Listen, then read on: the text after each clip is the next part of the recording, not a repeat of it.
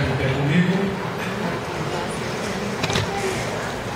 para que leiamos a palavra de Deus no Evangelho de Jesus Cristo, segundo escreveu o Dr. Lucas, capítulo 5, versículo 1 a seguir.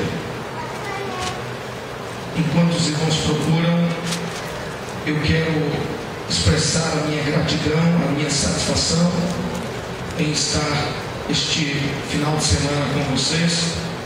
E como diz o hino do nosso amigo, dos nossos amigos Juarez e Carlos, só que em outra versão, Deus me trouxe do Paraná para profetizar a bênção sobre o Juízo. Estou feliz por conhecer esta igreja, pastor presidente, pastor Agemiro, toda esta comitiva de obreiros, a minha retaguarda, à minha frente, toda esta igreja em geral, o meu respeito a vocês e ao pastor Diogênesis, é isso, né? Nem lendo eu acerto. Pastor Diogênesis, coordenador deste trabalho de missões, que foi o canal de bênção para que estivéssemos aqui, cantores Juarez e Carlos, esta dupla abençoada. Já tivemos o prazer de estar com eles na cidade de Rio Claro, né? Lá na casa dos nossos amigos. Deus abençoe, é um prazer sempre reencontrá-los.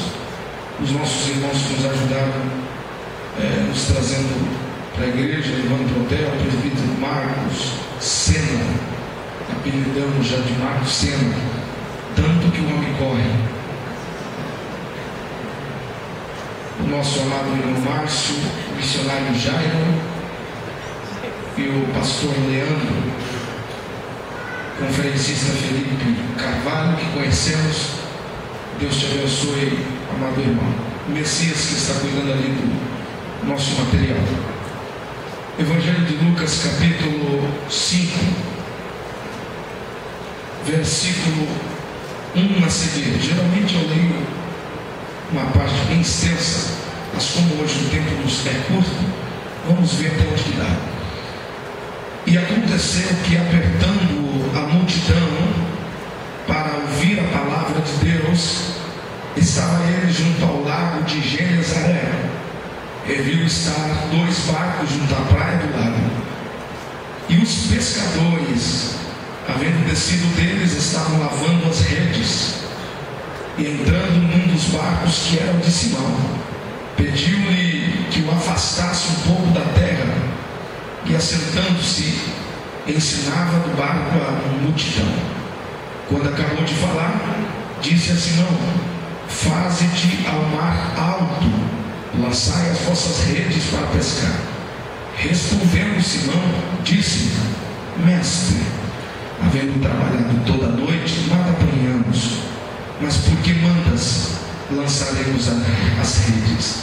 E fazendo assim, colheram uma grande quantidade de peixe, e se rompia-se-lhes as redes, e fizeram sinal aos companheiros que estavam do outro barco, para que fossem os ajudar. Até aqui, tome sua assento.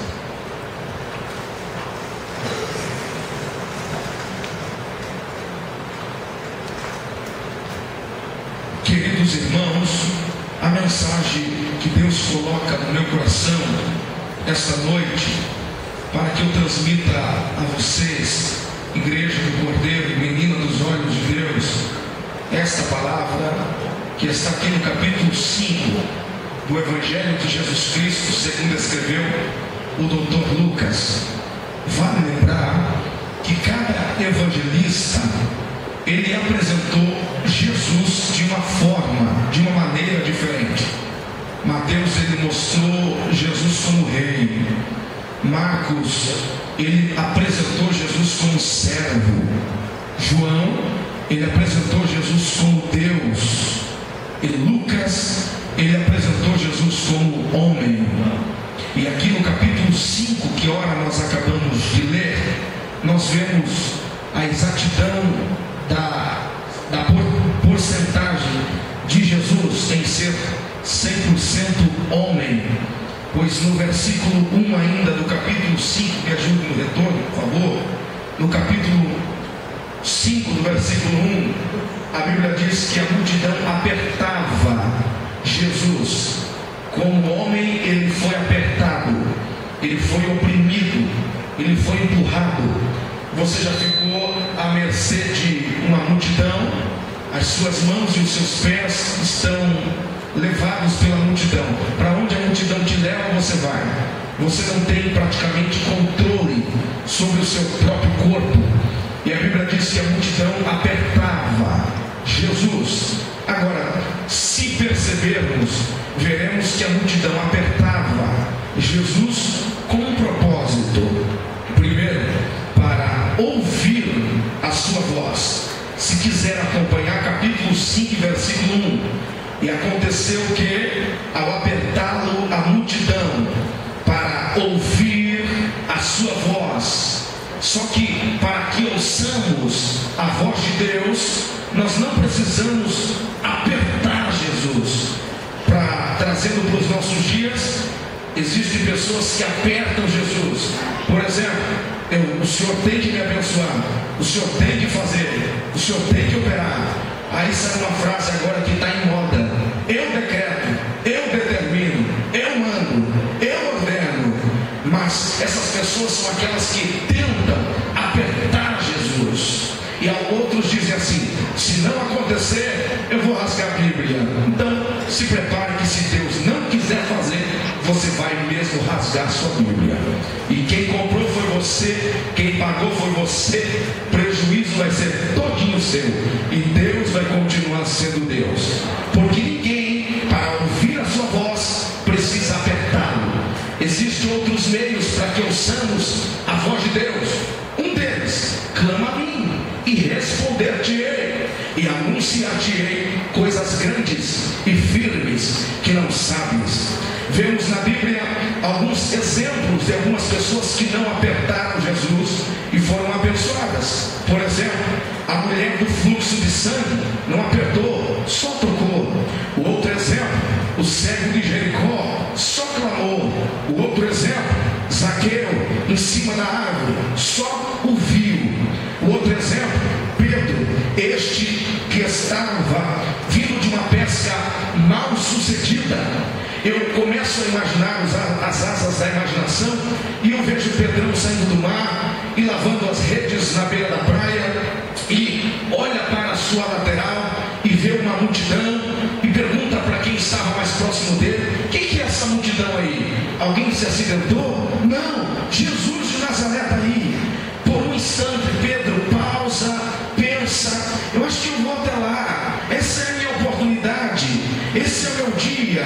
Parece que vejo ele largando as redes por alguns segundos, dá 2 passos para frente, olha para a multidão e diz: não dá, a multidão é grande, muita gente na fila, todo mundo apertando Jesus, eu vou voltar para lavar as minhas redes mesmo. E Pedro lavando as redes, mas enquanto ele lavava as redes, imagino que ele começou a conversar com Deus, com o seu coração: ah, se ele me visse, ah, se ele me percebesse, ah, se ele olhasse para mim agora. Porque o que atrai a Deus não é apertá-lo, o que atrai a Deus é um coração aquebrantado e contrito. Quem tem um coração aquebrantado e contrito atrai a Deus. Gritar bem alto não atrai a Deus, chorar também não atrai a Deus. Isso pode ser consequência, porque até artista chora. Agora, quem atraiu o coração de Deus tem um coração aquebrantado e contrito. Imagino que Pedro, na beira daquele mar, falando com Deus em pensamento: ah, se ele me visse. E de repente Jesus para a multidão e vai em direção a Pedro. Alguém pergunta a Jesus: para onde que o Senhor vai? Eu vou atender aquele homem, mas tem muita gente na fila. Mas ele me chamou, ele me atraiu, ele está com o seu coração palpitando, ele está com o coração aquebrantado, ele está com o coração contrito. E Jesus chega até o Pedro e diz: vamos, lança-te ao mar alto, porque hoje o milagre vai acontecer no teu barco. Você está entendendo? Se você tiver esta noite com o coração quebrantado, não importa o lugar que você esteja nessa igreja, aqui em cima do púlpito, no altar ou aí no último banco, se estiveres com o coração aquebrantado, Deus vai ao teu encontro, Deus vai te ajudar.